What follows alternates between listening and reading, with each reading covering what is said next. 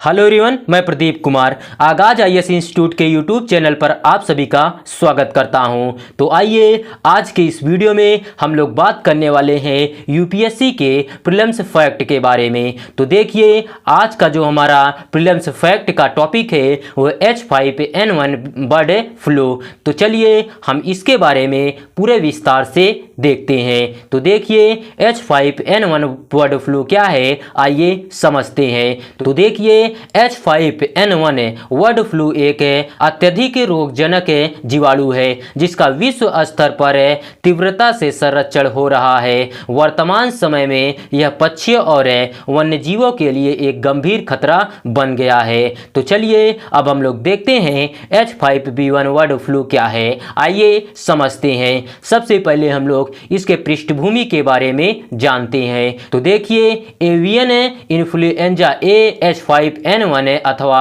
H5B1 bird flu एक अत्यधिक रोगजनक जीवाणु है जो मुख्य रूप से पक्षियों में संचरित होता है किंतु स्तनधारियों को संक्रमित कर सकता है। H5N1 की उत्पत्ति वर्ष 1996 में चीन में एक जीवाणु के प्रकोप से हुई और तेजी से एक अत्यधिक रोगजनक प्रभेद में विकसित हुआ। वर्ष 2020 के बाद से यह यूरोप, अफ्रीका, एशिया, उत्तर अमेरिका, दक्षिण अमेरिका और अंटार्कटिक में फैल गया।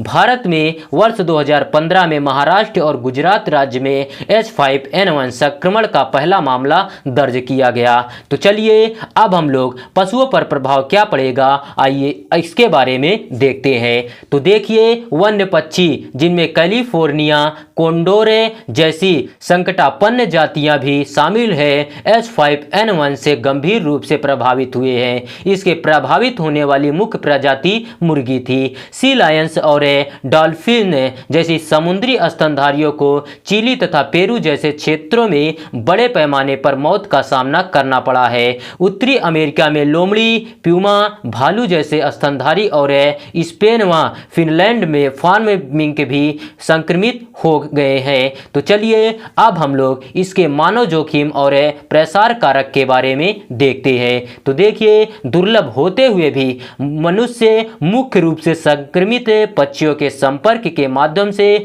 बर्ड फ्लू में संक्रमित हो सकते हैं। जलवायु परिवर्तन से वायरस का प्रसार बढ़ सकता है, पक्षियों के व्यवहार में बदलाव आ सकता है और पक्षियों की प्रजातियों के बीच मेलजोल बढ़ सकता है। तो चलिए अब हम लोग इसके विश्व स्वास्थ्य संगठन जोखिम मूल्यांकन के बारे में देखते हैं। तो देखिए, हालांकि यह वायरस मनुष्यों को आसानी से संक्रमित नहीं करता है, फिर भी छिटपुट मामले सामने आते रहते हैं जो मुख्य रूप से पोल्ट्री एक्सपोजर से जुड़े होते हैं। मानव से मानव में संचरण दुर्लभ है, लेकिन आगे के मामलों की संभावना मौजूद है, खासकर उन क्षेत्रों में जहां वायरस पोल्ट्री में स्थानित है। WHO सामान्य आबादी के लिए समग्र जोखिम को कम मानता है, लेकिन निगरानी एवं जोखिम प्रबंधन के महत्व पर बल देता है। तो चलिए अब हम लोग इसके निवारण उपाय और सिफारिशें के बारे में देखते हैं। तो देखिए,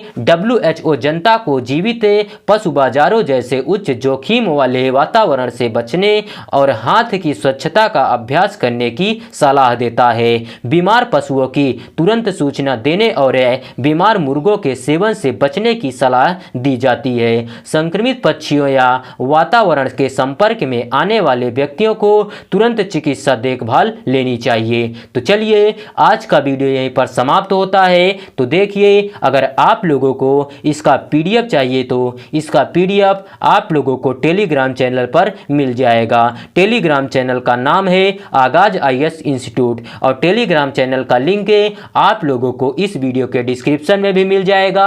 आप लोग यहां से भी जाकर टेलीग्राम चैनल को ज्वाइन कर सकते हैं और PDF डाउनलोड कर सकते हैं। तो चलिए अब हम लोग मिलते हैं नेक्स्ट वीडियो में। धन्यवाद। Keep learning, keep growing.